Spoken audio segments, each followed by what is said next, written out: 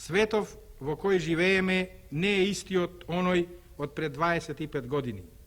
Не е оној среде кого ние, се уште крвави од војната, од востанието, од ослободувањето, певме лицем свртени кон Обединетите нации и кон нивното раѓање. 25 изминати години без друго не се оние што тогаш ги мислевме. Ние самите не сме само постари за 25 години, туку и за сето она што ги исполнува тие временски межници во нашиот живот, и со наш труд, и со наша победа, и со наше поревање, та дури и со повремен пораз наш од време на време. Светов наш не патуваше низ овие 25 години ни приближно по оние врвици по кои ние го мечтаевме и го пекавме, ниту пак постапи онака како што му предскажуваше англискиот филозоф Бертранд Расел, кога напиша дека светов наш или ќе остане подобар, или ќе стане подобар, или ќе се уништи. Светот стана и подобар и полош, но не се уништи. Стана подобар зашто кон слободен национален живот, кон државност, кон еманципација, кон учество во судбините на светот, кон прогрес, во текот на овие наши бурни, премрежни, тешки 25 години, врз темелите на нивната собствена ослободителна борба, пристапија десетици и десетици потиснати земји и народи, стотици и милиарда луѓе, цели континенти. Старите сеништа на колонијалното потисништво и на империалистичкиот гнев мораа пред силата на тие ослободителни удари да почнат да отстапуваат, при тоа наплатувајќи го секој чекор од тоа нивно отстапување со трижни крвопролевања и страдања, и да побараат за себе си нова маска, што би можела ним, така преправени, да им ги продолжи дните на господари и насилници. Не напуштајќи ја својата сурова природа, ниту своите апетити, империализмот се виде присилен да пристапи кон своја адаптација кон новите односи на сили. Светот стана подобар зашто кон социјализам, како кон општествена практика, пристапија не само оние земји што по логиката и на своите револуционерни пресврти се именуваа себе си како социјалистички, туку и сиот свет. Социјализмот стана светска практика, напуштајќи ги тешко и болно, дефинитивно схематичните представи за него и збогатувајќи го својот пресвртнички опит со недоброен спектар од зафати и нијанси. Така што одделните поревања и кризи во практиката на одделните земји, та дури и самиот сталинизам и во односите меѓу нив, ја загубија силата да бидат сеопшти и решавачки знамени и за состојбата и за еднината на социјализмот. Социјализмот стана здив и надеж на современиот свет. Негова дневна практика, негова свест, веројатно затоа што се ослободи од државните граници, од стегите на одделните државни политики, од групните интереси во светскиот однос на сили. Да не ја надрастеше тешко и болно својата схематичност, да не ги надрастеше поривите кон негово изродување, да не ги надрастеше државните граници и ограниченоста на државната политика, да не станеше практика што ни сите светски пори пробива и израстува врз богатството на одделниот опит на земјите и на народите, врз одделното творештво во општествената практика, социјализмот веројатно ќе ја доживееше судбината што му ја предречуваа неговите најлути непријатели империалистите, оние што му предречуваа дека меѓу неговото битие и неговото порано или подоцна одродување ќе се спростре знак на еднаквост. Во оваа битка нам ни падна дел и на простум и на страдање, што го истрадавме достојно и низ кое допростумивме трижно зголемени во угледот над нашата материјална и географска големина. Светот стана подобар и низ парадоксот што стана мал. Меѓузависноста во процесот на тоа негово смалување, далечините му станаа дофатливи, судбините заеднички, стана клима во меѓународните односи. Клима што оневозможи дефинитивно одделните народи да бидат држани изолирано од светските грижи и движења и потиснувани врз базата токму на таа нивна изолација. И макар што силата на силните и на големите овие 25 немирни години се множеше заканувачки и достигнат одаму што да може неколкукратно да ја уништи планетава, во Обединетите нации, како во едно од бројните огледала на современиот свет, се покажа, а во меѓународната практика се потврди, дека истата таа сила на силните и на големите, дури и кога снова заемни нагодби, мора да отвора во себе си и околу себе си простор за истовремена адаптација и кон зголемениот број на малите и средни народи во Асамблејата на Обединетите нации и кон нивната растечка улога во светските судбини. Иако Обединетите нации во тој контекст означуваат извикување на малите и на средните држави и народи кон присуство во светската политика, движењето на неврзаноста, движењето на неврзаните земји означува решителен пристап на неврзаните земји не само кон присуство во современиот свет, туку и кон активна улога во него, како во насоката на обезбедување на светскиот мир, така исто и во изградбата на нови демократски односи меѓу земјите и народите, односи чија главна асимптота ќе биде постојаното движење кон рамноправност, ако не во силата, тогаш во одговорност.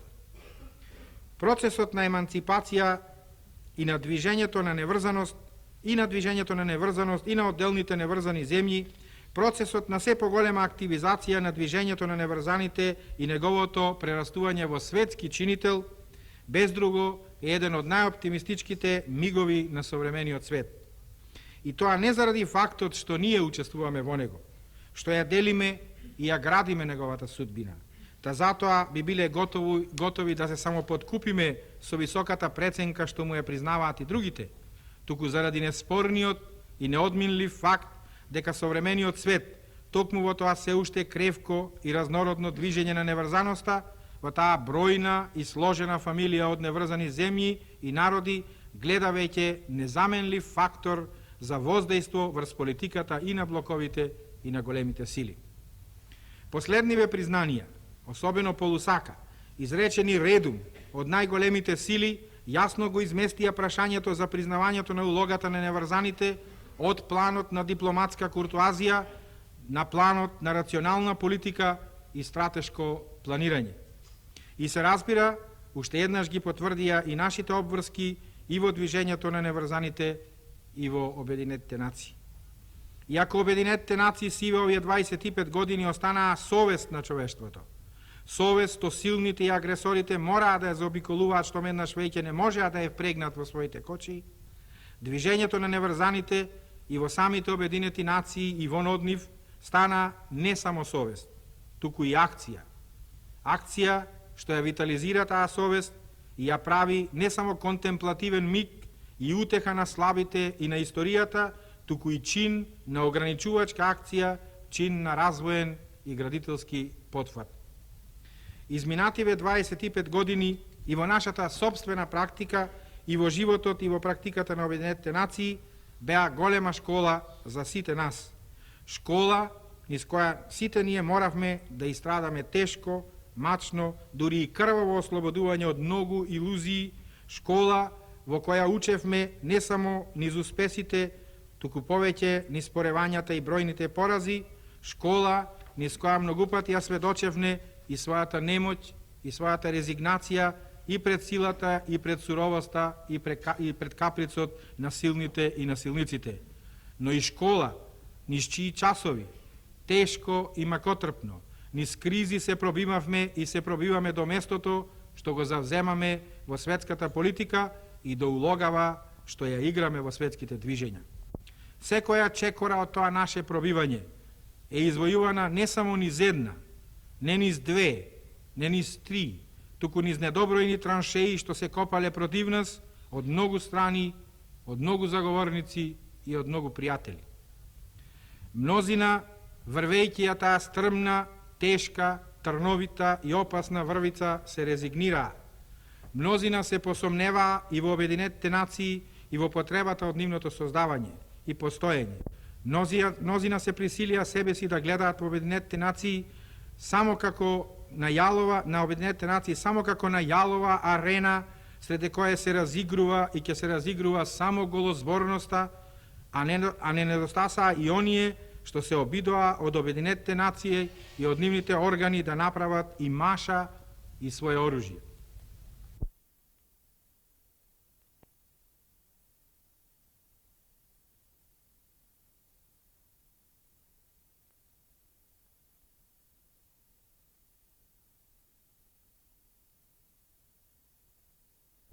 Сведувајќи ја равносметката за изминатите 25 години, лицем свртени кон Обединетите нации, со очи отворени и за нивните порази, и за нивните несовршеност, и за нивната окованост од страна на големите и парцијални интереси, без да бидеме и самите ние жртви на чувството на самопоткуп, што заразува кога се слават јубилеите, можеме со чиста мисла, без завивки, без излишни и купечки правдања да го сведеме следното. Обединетите нации не беа ни полоши, ни подобри отколку што бевме ние самите. И светов во кој живееме, времево во кое се реализираме, не беа ни полоши, ни подобри отколку нашата собствена сила и мудрост, како човештво отколку нашата постојаност и несовршеност. Светот стана и подобар и полош, но не се уништи. Додека живее, додека се грчи и додека се бори. Има надежи, има простор за действување, има можност, можната апокалипса не само да се одложи, туку и да се отфрли сосема. Обединетите нации ќе ја имаат она иднина што ќе можеме ние да им ја освоиме. Дозволете ми да повторам дека не ја гледам таа иднина никако леснодофатлива, никако розова. Ја гледам како низа од долги, тешки, дневни сватки, низа од поревања, низа од порази, низа од макотрпни пробивања напред, низа од грчеви, низ кој светот наш ќе станува подобар, што подобар и што помалку лош, без да се уништи.